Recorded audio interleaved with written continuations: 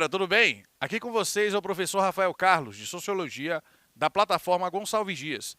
E nessa nossa videoaula de hoje, a gente vai trabalhar o tema Sociologia como Ciência, parte 2. Exatamente.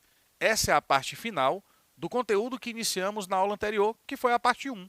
Então fica atento que na aula de hoje a gente vai fechar todo esse conteúdo de transformação da sociologia numa área científica.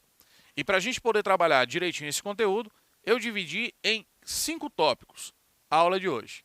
O primeiro tópico, vamos falar das regras do método sociológico, que é o nome do livro que inicia a trajetória científica da sociologia, que é uma obra do escritor Émile Durkheim.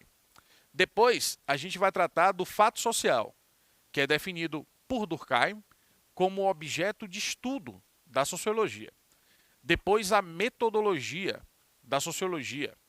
No quarto tópico, vamos tratar dos aspectos gerais dessa área do conhecimento. E para encerrar a aula com chave de ouro, eu vou falar para vocês dos aspectos específicos da sociologia. Combinado? Então vamos lá, vamos começar mais uma aula de sociologia e a gente começa falando das regras do método sociológico. Durkheim foi um dos pioneiros, um dos principais autores ali do início da sociologia. E ele analisou os fatores coercitivos que levam o indivíduo a se moldar segundo os parâmetros historicamente impostos pelo grupo social, no qual o indivíduo se encontra inserido.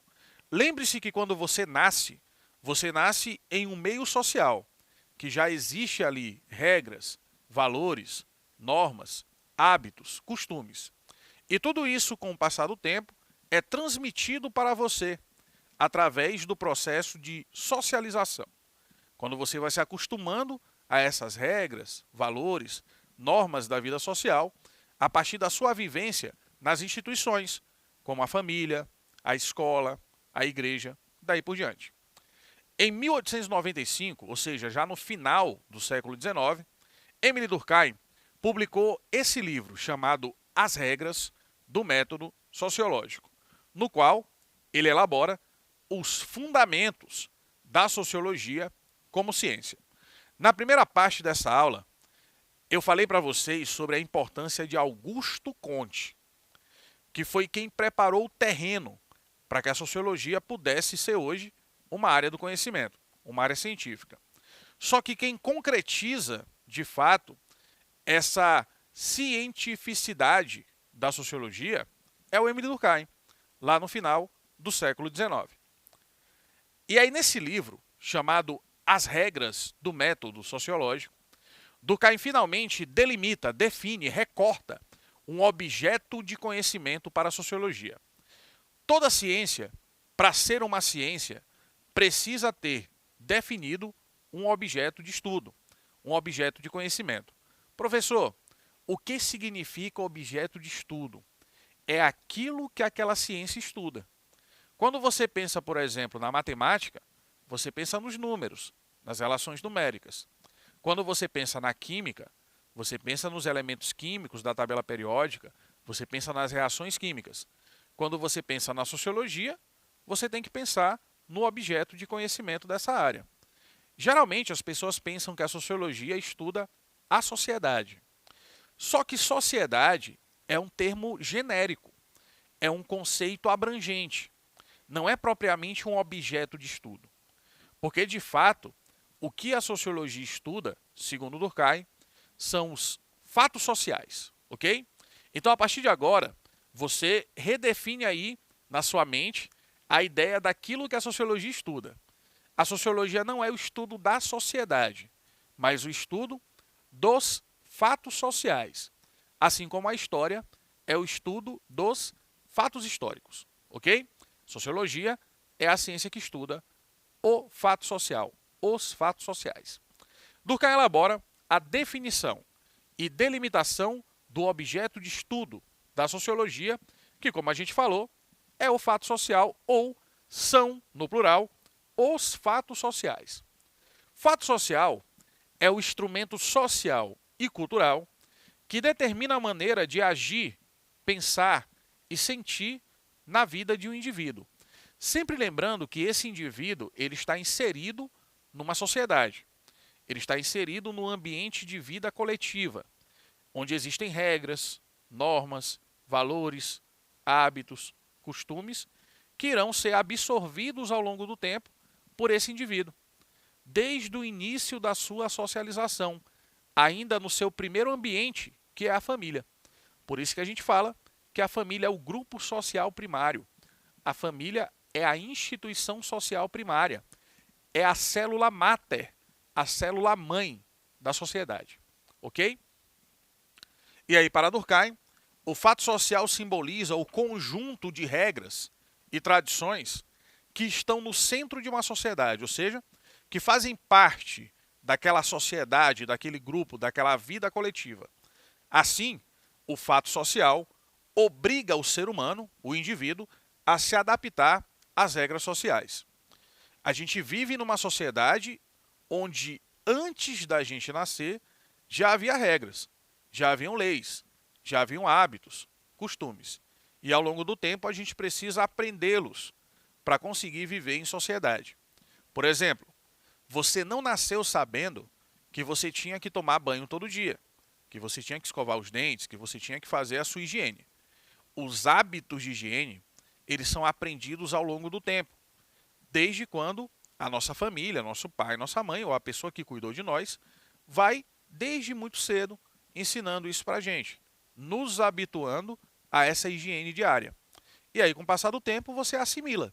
Você já absorve que isso é uma coisa a ser praticada no seu cotidiano, na vida em sociedade. As normas de convivência, por exemplo, os valores, as convenções que existem independente da vontade e da existência do indivíduo, fazem parte desse conjunto chamado fato social.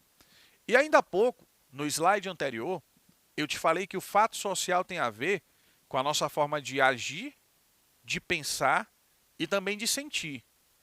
E aí, às vezes, alguns alunos, algumas alunas me perguntam, professor, mas o sentimento também é um fato social? Sim. Você não nasceu ciumento. Você não nasceu ciumenta. Você vai aprendendo a ser ao longo do tempo, por conta das relações que a gente estabelece na vida em sociedade. Geralmente, o primeiro ciúme que a gente tem na vida é do nosso irmão ou da nossa irmã, porque ele compete conosco a atenção dos nossos pais, do nosso pai, da nossa mãe, e a gente se sente enciumado. Então, isso tudo é aprendido e expressado na vida em sociedade. Ok? Vamos adiante. E aí a gente tem aqui uma definição de fato social para Durkheim. Tudo que eu vou falar a partir de agora, não sou eu que estou dizendo. Foi Durkheim que escreveu. Está lá no livro As Regras do Método Sociológico. Eu vou dizer exatamente como ele escreveu lá, ok? Abre aspas, Durkheim diz o seguinte: é fato social toda maneira de agir, fixa ou não, suscetível de exercer sobre o indivíduo uma coerção, atenção para esse termo, uma coerção exterior, ou então ainda que é geral na extensão de uma sociedade dada. Vamos parar bem aí. Existem três palavras que são muito importantes nesse começo: coerção, exterior e geral. Significa dizer que todo fato social tem essas três características. Ele é geral, exterior ao indivíduo e coercitivo. O que significa isso? Significa dizer que o fato existe de forma generalizada nas sociedades humanas. Por exemplo, as leis. As leis existem de forma escrita ou não escrita em várias sociedades, inclusive na nossa também. E elas, teoricamente, valem para todos. Então, existe um fator generalista, generalizante na existência das leis. Elas são exteriores ao indivíduo, porque independentemente do indivíduo, elas existem, e também se impõem, ou seja, são coercitivas, porque a lei determina o comportamento, a conduta que você deve ter. Então, as leis são exemplos de fatos sociais. E aí continua. Apresentando a existência própria, o fato social, independente das manifestações individuais que possa ter. Significa, então, que o fato social está acima do indivíduo. está para fora das consciências individuais. Independentemente do que você pense sobre as leis, sobre os valores culturais, sobre o idioma que você fala, ele vai existir e você vai ser obrigado a seguir a lei, a falar o idioma, a seguir as tradições e valores da sua cultura. Quando você aprendeu a falar português, ninguém te perguntou se você queria aprender, você teve que aprender. Existe um elemento coercitivo, porque essa é a língua que a gente fala na nossa sociedade. E para você conseguir falar com as outras pessoas, para você conseguir interagir socialmente, você precisa aprender a falar a nossa língua, ok? Então o idioma é um exemplo de fato coercitivo que você precisa aprender para conseguir se comunicar. Durkheim parte, portanto, da ideia fundamental de Comte, ou seja, o que eu estou te dizendo é que Durkheim é um autor influenciado pelas ideias do seu antecessor, do cara que veio antes dele, que foi Augusto Comte. A gente falou sobre Comte na parte 1 dessa aula, de que a sociedade deve ser vista como um organismo vivo. Ei, a sociedade deve ser vista como um organismo. Como é que é o nome disso? Organicismo. É a visão organicista sobre a sociedade.